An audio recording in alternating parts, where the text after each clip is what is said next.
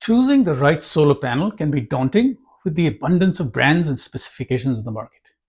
In this video, I'll help you make sense of the top 5 solar panel specifications that will always lead you to the best solar panel choice for your home. And wait till the end, as I'll also reveal one massive issue which no one's really talking about, something that could slash your energy savings if you're not careful. Let's get started. Factor number 1 is system size. Most homeowners start their solar shopping journey by looking at panel brand, wattage, warranty, and maybe even aesthetics. But they may miss the single most important factor. How many panels should you put on your roof, aka your system size? That is the most important decision you will make about your solar panels. A wrong decision and you could end up like Darren in Houston, Texas. He has the most efficient REC panels out there, the newest generation of IQ microinverters on his roof, and he's got a super warranty too.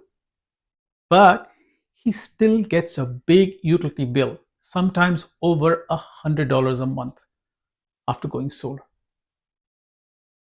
Wouldn't you rather be like Elvin in Jersey? He's not seen an electric bill over $10 for the last 3 years, even when his son comes in and charges his EV at his home. Let me put it this way, I haven't paid a penny in electricity, really. All I've been paying for the last probably 18 months is the basic service charge, which is $4.95 for most of the time, and for the last 2 months it went up to $6. That's it. The single most important factor when going solar is the total number of watts you can fit on your roof. The combined watts of all your panels is what really drives energy production. Whether you use panel A or B, if both systems add up to the same total watts, they'll generate roughly the same energy. So before you get caught up in brand names, flashy specs, focus on maximizing the solar panel watts on your roof. That's where your real savings come from. Let's dive into solar system size and all things watts. All solar panels have a watt rating. Example, an REC Alpha Pure 460 watt panel, or a Q-Cell Qtron 430 watt panel, Canadian Solar 450 watt panel. Some of you may even have come across super high wattage panels like the Trina 650 watt panel or the Canadian Solar 750 watt panel. The panel watt refers to the maximum instantaneous power that the panel will produce under standard test conditions, aka in the lab basically. Now, we are looking at maximizing the watts on our roof. It seems to be logical that go for higher wattage panels. In reality, higher powered solar panels are usually the wrong choice. Higher wattage panels like the 650 or 750 watt panels are much larger in size than the higher efficiency 400 to 460 watt residential panels which are available today. Those bigger panels are built for utility farms where size is not an issue. Whereas the latest residential panels are all in the 420 to 470 watt range. You can get more of these smaller panels on your roof than bigger size commercial panels. For example, on my roof, I can fit 20 450 watt panels. That's 9,000 watts or 9 kW, but only 12 700 watt panels. That's 8,400 watts or 8.4 kW. More watts is better. 9,000 is better than 8,400. Always preferable.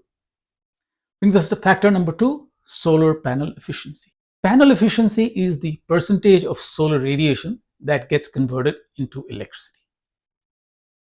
Now, in the last 50 years, solar panels have gone from 10% efficiency to the current 20 to 23% range, with the absolute best panels clocking between 22 and 23%.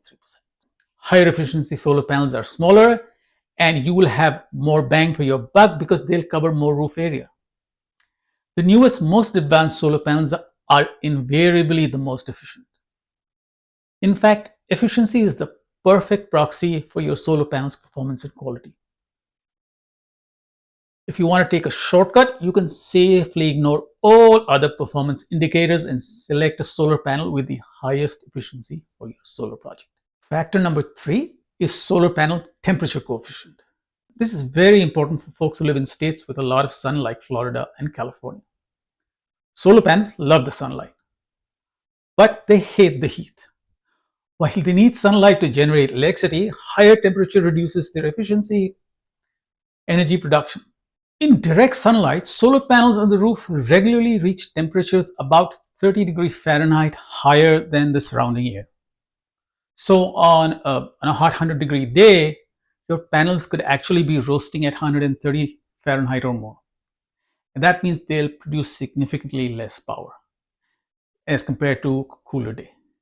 Now, how much less energy or power will they produce? This is measured in what is known as the temperature coefficient. This tells us how much a panel loses for every degree the temperature rises above 77 degrees Fahrenheit. Now, a temperature coefficient of minus 0.35% per degree Fahrenheit means for every degree Fahrenheit increase over 77, the panel's power output will decrease by 0.35%. Now, the lower the number, the better the panel's performance in heat. Top panels like the REC 460, the Canadian Solar 450 have temperature coefficients starting at a low minus 0.29%, while other equally good panels have slightly higher coefficients at minus 0.3 to minus 0.35%. Factor number 4 to consider is solar panel degradation. Every solar panel loses a bit of power over time. That's just physics. But the rate at which it degrades can make a huge difference. Some panels lose about 0.5% of their output every year, while higher quality panels degrade at just 0.25% per year. That may not sound like much, but over 25 years, it adds up fast. Here's a real world example.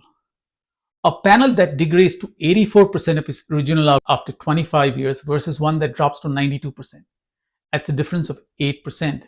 And when you translate that into electricity savings, it could mean $10,000 or more in your pocket over the life of the system.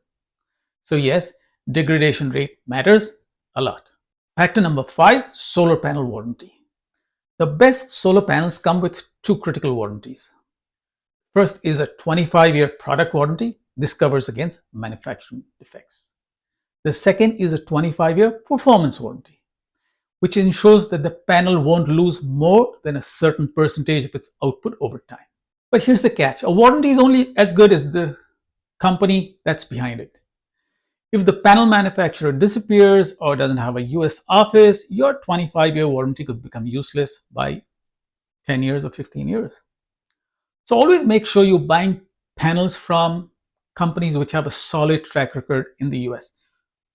Manufacturing in the US, US-based support, and a reputation for honoring claims. This decision will protect your investment for decades to come. Finally, let me end with one massive issue which no one talks about, which is pairing your solar panels with the right solar inverter. Undersized inverters that throttle your system's power and dramatically reduce energy output are one of the biggest problems in solar. And it's more common than you think, especially in bargain basement proposals. Imagine your solar panels can generate 10 kilowatts of power on a bright sunny day, but your inverter, it's only rated for 7.6 kilowatts. That means you lose 2.4 kilowatts of clean energy during peak hours. This loss is called clipping, and it's really like trying to pour water through a funnel that's too small. Everything that doesn't fit just overflows and gets wasted. If you're going with microinverters, make sure they match your panel size. For panels which are 430 watts or larger, you should be using the Enphase IQ8A or similar. Don't let a contractor sneak in outdated IQ7s or even the IQ8 pluses. They'll strangle your system's performance. So focus on what really matters. Solar isn't a short-term investment. It's a 25-year investment. In the long run, it's better to oversize your system.